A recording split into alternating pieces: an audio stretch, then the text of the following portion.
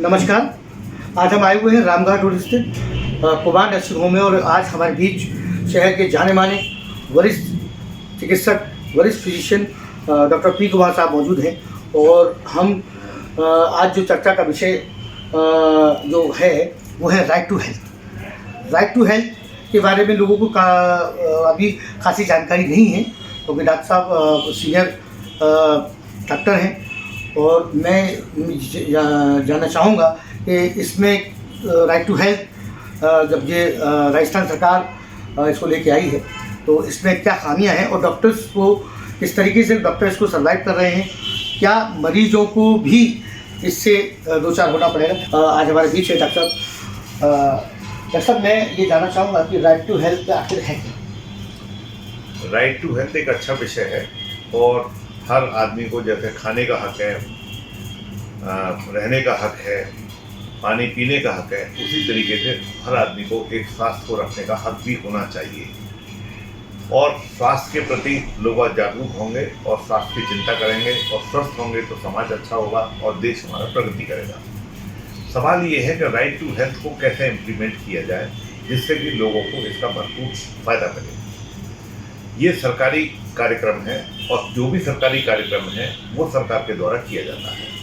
हर state के अंदर कोई भी एक्टिविटी अगर ऐसी डेवलप होती है कि हम राइट टू हेल्थ या राइट टू ऑफ एनी मतलब एक्टिविटी के लिए डेवलप करते हैं तो गवर्नमेंट अपने बजट से, अपने खर्चे से, अपने नेटवर्क हॉस्पिटल से और अपने एम्प्लॉइयों के द्वारा जनता की सेवा करती है। ये कायदा होता है जी। जब आपके पास बजट नहीं है, आपके पास इंफ्रास्ट्रक्चर नहीं है, आपके पास काम करने का तरीका नहीं है, आप ये नहीं जानते कि कौन से डॉक्टर पे हम कौन सा मरीज भेजें, तो राइट टू हेल्थ एक दिखावा कहलाता है। दिखावा का मतलब एक हंसी बनाने का मुद्दा बन जाता है कि जैसे आपके गवर्नमेंट को ज्ञान है नहीं और अज्ञानतावश ऐसे कार्यक्रम को लागू करना जिसका कोई औचित्य नहीं है उस काम को करना।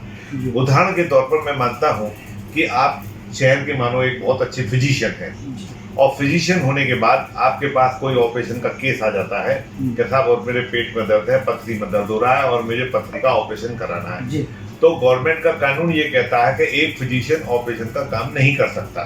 तो फिर इस राइट टू हेल्थ का औचित्य क्या रह गया कि जब वो डॉक्टर के पास वो मरीज जा रहा है कि मुझे ऑपरेशन कराना है, वो डॉक्टर कर नहीं सकता, तो डॉक्टर को क्या इमरजेंसी पड़ी कि उस मरीज को जो है अपने पैसे से खर्च करेगा, एम्बुलेंस बुलाएगा, अपना काम धंधा छोड़ेगा और सब कुछ करने के बाद उसको वहां तक पहुंचाएगा। ये क्या औचित्य है?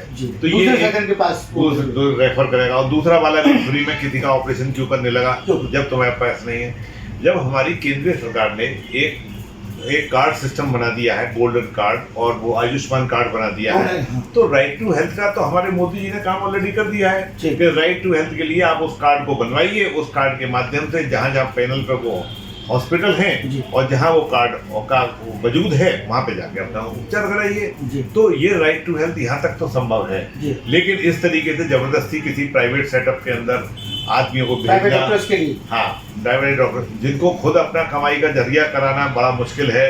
एक अस्पताल की क्लिनिक चलाने के लिए राजस्थान के एक मिनिस्टर ने अपने उसमें कहा था विधानसभा में कि 37 तरीके से एनओसी ली जाती है, उसके बाद जाकर के एक डॉक्टर अपनी कलम चलाने के हिसाब से मजबूत तैयार होता है। उन 37 एनओसी लेने के लिए उसका लाखों रुपया बर्बाद हो जाता है, उसके बाद एनओसी लेने में ही और कई साल का समय बर्बाद हो जाता है। उसके बाद उसको एनओसी मिलती है, फिर वो अपनी क्लिनिक चलाता है, क्लिनिक के लिए कर्जा लेता है, क्लिनिक बनाता है और क्लिनिक बनाने के बाद अपना सारा इंफ्रास्ट्रक्चर तैयार करता है, लोगों को जॉब देता है और जॉब देने के बाद अपनी क्लिनिक चलाता है और खर्चे काट के जो पैसा उसकी जेब में आता है उसमें से 33% का इनकम टैक्स चला जाता है जो कि सरकार को जाता है। तो प्राइवेट सेक्टर का तो नज़र ही बिल्कुल अलग है, काम करने का तरीका ही अलग है। कुछ लोग गवर्नमेंट में पहुंच करके ऐसे कार्यक्रम करते हैं कि जैसे वो बहुत बड़े जानकार हैं, अगर उनका इंटरव्यू लिया जाए तो वो बिल्कुल भी जानकार नहीं है, बिल्कुल बेकार है। उन्हें ये नहीं पता कि कौन सा कानून किस तरीके से इम्प्लीमेंट किया जाता है, किस तरीके से उसका इम्प्लीमेंट होना है, क्या योजना है।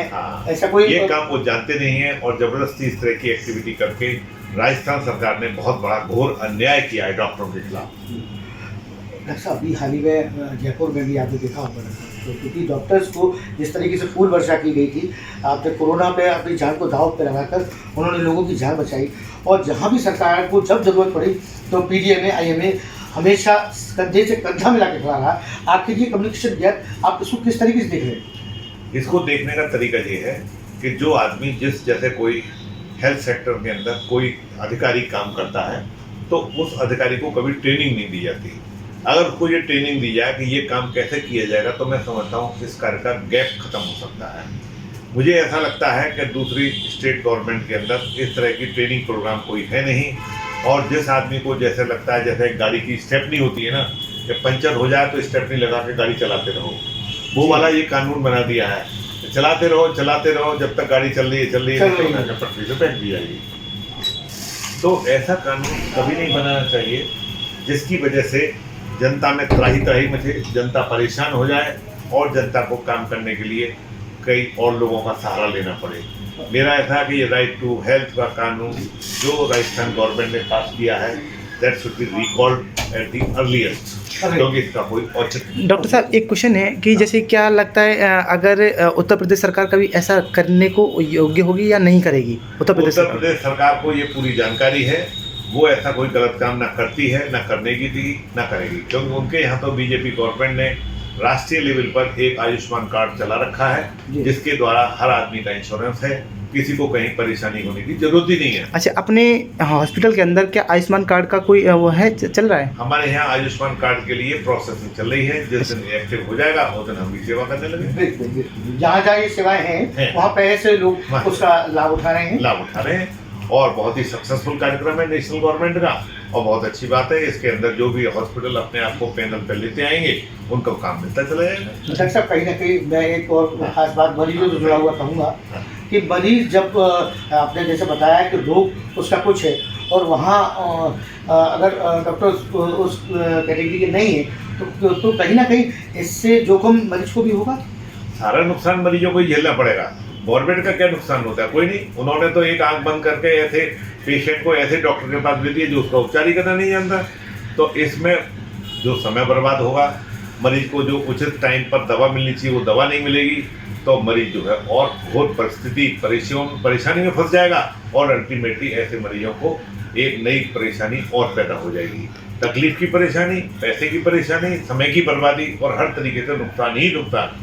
इसलिए गवर्नमेंट की ये स्कीम टोटली फ्लॉप है, टोटली फेल है, और इसको बिल्कुल उनको विड्रॉ करना चाहिए। ऐसे में जो जनता है उसको क्या करना चाहिए और क्या नहीं करना चाहिए? जनता जिस दिन जागरूक हो जाएगी ऐसी गवर्नमेंट को उखाड़ फेंकेगी। जनता अभी समझ नहीं पा रही है बात को। जनता को केवल ये लॉलीपॉप दे दिया कि तुम जाओ डॉक्टर के पास, वो तुम्हारा इलाज कर देगा। अब जनता को जब ये पता लगा जाएगा कि गवर्नमेंट ने मुझे ऐसे डॉक्टर के पास भेजा है जहाँ मेरा इलाज ही नहीं है, तो वो महसूस करेगी मेरे साथ धोखा हो रहा है, और जब धोखा होगा जनता के साथ तो उस गवर्नमेंट को उखाड़ फेंकेगी।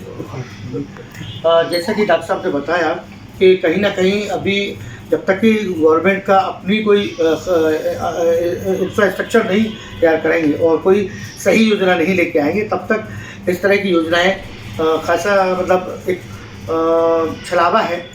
और छलावे के साथ साथ इस छलावे में कहीं ना कहीं मरीज भी इससे दो चार होंगे, वो भी गंभीर अवस्था तक जा सकते हैं और कभी भी जनहानि हो सकती है। तो आज कैमरामैन निशांत के साथ मैं विशाल नारायण शर्मा, अली।